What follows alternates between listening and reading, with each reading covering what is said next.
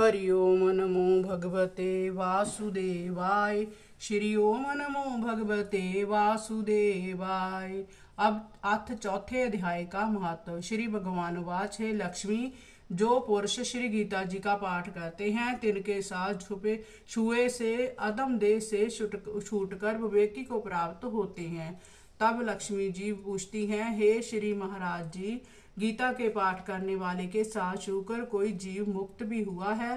तब श्री भगवान जी ने कहा, हे लक्ष्मी, तुमको मुक्त हुए की एक पुरातन कथा सुनाता हूँ। तू श्रवण कर। भगीरथी गंगा जी के तट पर श्री काशी जी नगर है। वहाँ एक वैष्णव रहता था। श्री गंगा जी में स्नान कर श्री गीता जी के चौथे अध्याय का पाठ किया करता था और उस साधु के पास तपस्या ही धन था, माया का जंजाल कुछ नहीं था। एक दिन वह साधु वन में गया। वहां बेरी के 2 वृक्ष थे, उनकी छाया थी। वह साधु वहां बैठ गया और बैठते ही उसको निद्रा आ गई। एक बेरी से उसके पांव लगे और दूसरी के साथ सिर लग गया। वह दोनों आपस में कांपकर पृथ्वी पर गिर पड़ी। उनके पत्ते सूख गए। परमेश्वर के करने से वह दोनों बेरियां ब्राह्मण के घर पुत्रियां हुई। हे लक्ष्मी, बड़े उग्र पुण्य से मनुष्य देह मिलती है। फिर ब्राह्मण के घर जन्म लेकर उन दोनों लड़कियों ने तपस्या करनी आरंभ की। जब वह दोनों बड़ी हुई तब उनके माता पिता ने कहा, पुत्रियों, तो हम तुम्हारा विवाह करते हैं। तब उन दोनों ने अपने माता पिता से कहा, हम विवाह नहीं कराती। उनको पिछले जन्म की खबर थी।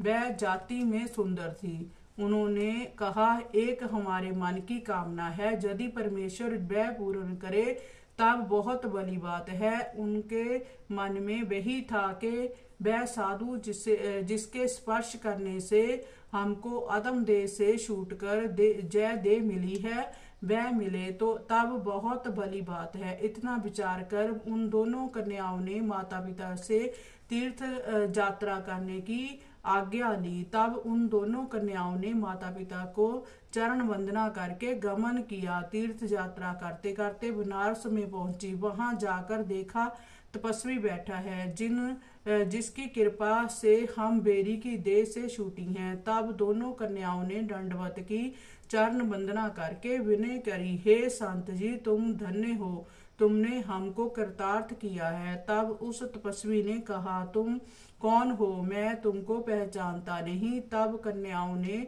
कहा, हम आपको पहचानती हैं। हम पिछले जन्म बेरियों की जोनी में थी। आप एक दिन वन में आए, आपको बहुत धूप लगी थी, तब बेरियों की छाया तले आ बैठे। लंबा आसन होने से एक बेरी को आपके चरण लगे, दूसरी को सिर लगा। उसी समय हम बेरी की देह से मुक्त हुई। अब ब्राह्मण के घर जन्म लिया है। हम ब्राह्मणी हैं, बड़ी सुखी हैं। तुम्हारी कृपा से हमारी गति हुई। तब तपस्वी ने कहा, मुझे इस बात की खबर नहीं थी। अब तुम आज्ञा करो, तुम्हारी क्या सेवा करें? तुम ब्राह्मण उत्तम जन्म हो।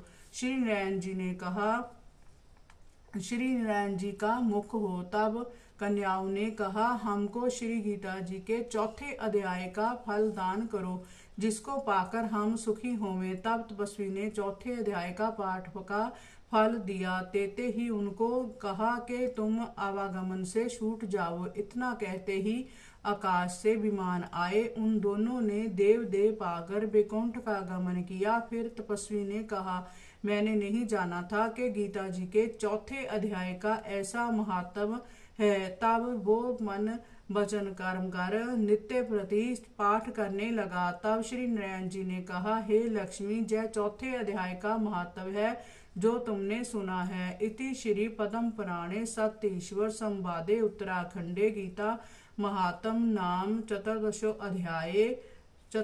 अध्याय संपूर्णम। हरि ओम नमो भगवते वासुदेवाय।